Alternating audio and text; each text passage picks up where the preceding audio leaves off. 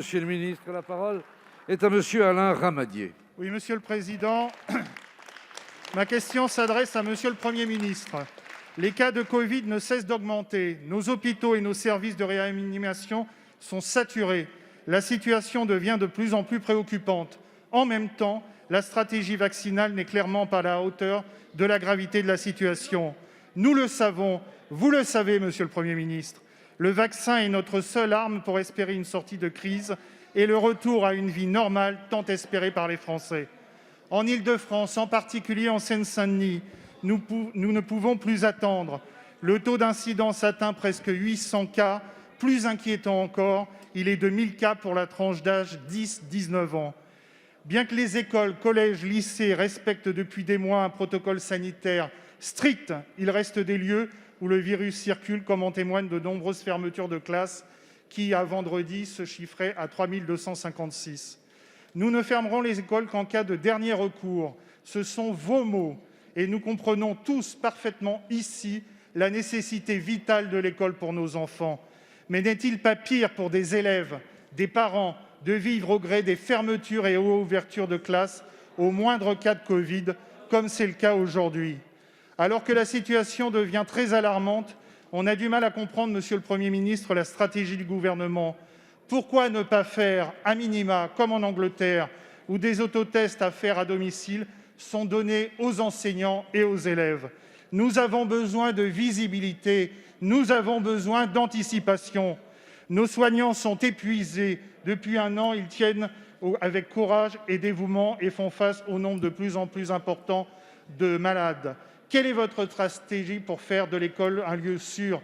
N'est-il pas plus raisonnable et prudent d'avancer les vacances scolaires de 2 semaines, comme l'a proposé la présidente de la région Île-de-France, et de permettre pendant ce temps la vaccination de tous les professeurs et personnels soignants?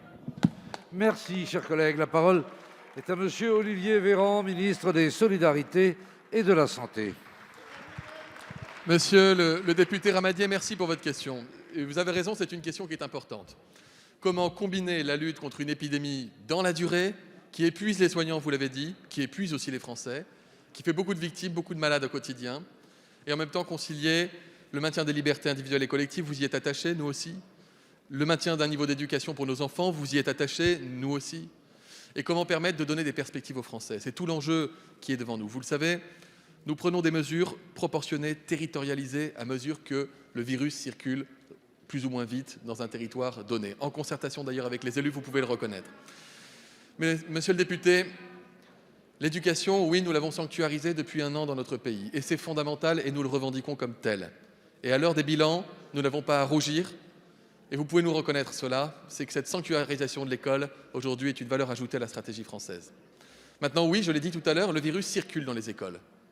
Et oui, quand on est notamment un grand enfant, quand on va être collégien, lycéen, le risque de contaminer son entourage personnel, finalement, le risque, il porte plus sur l'entourage familial à la maison que sur les personnes à qui on va être en contact au cours de la journée. Et effectivement, on ne peut pas nier le fait qu'il puisse y avoir des passages de virus, de la transmission d'un enfant à des adultes et des adultes à un enfant, surtout avec ce variant anglais qui a tellement changé la donne. C'est pourquoi nous avons adapté les protocoles sanitaires, c'est pourquoi nous fermons des classes lorsque c'est nécessaire, et c'est pourquoi toutes les questions que vous posez, elles sont sur la table, monsieur le député. Notre boussole, c'est la protection des Français. Nous ne laisserons pas saturer les hôpitaux, nous ne laisserons pas les médecins, n'importe quel médecin opérer, être en situation de devoir trier des malades, c'est impossible. La protection des Français primera toujours sur toute autre conception que nous pourrions avoir. Et je crois que sur ce point-là, nous pouvons tomber d'accord les uns et les autres. Nous suivons le bilan au jour le jour de l'évolution du virus. Les mesures qui ont été prises il y a 10 jours pourraient commencer à montrer des effets dans les tout prochains jours ou pas. Nous le verrons dans les 24-48 heures vraisemblablement. Et si besoin était, nous prendrions d'autres mesures pour toujours protéger les Français. Merci, monsieur le ministre.